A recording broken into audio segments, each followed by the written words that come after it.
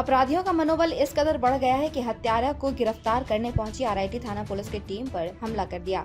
वैसे इस हमले में 2 जवान घायल हो गए हैं। आपको बता दें कि हाईवा चालक विकास सिंह की हत्या 24 जुलाई को हुई थी और इस मामले में अपराधी को पकड़ने आरआईटी थाना प्रभारी 5 टाइगर मोबाइल को लेकर पश्चिम बंगाल के बाघमुंडी थाना अंतर्गत कोरंगा गाँव पहुंचे। जैसे ही पुलिस कोरंगा गाँव निवासी बैजनाथ महतो के दरवाजे पर दस्तक दी कि अचानक अफरा तफरी मची और अपराधी फरार हो गया। वहीं पुलिस पकड़ने के लिए जैसे ही दौड़ी कि ग्रामीणों ने बैजनाथ महतो के इशारे पर पूरी टीम को घेर लिया और लाठी और डंडों से हमला कर दी।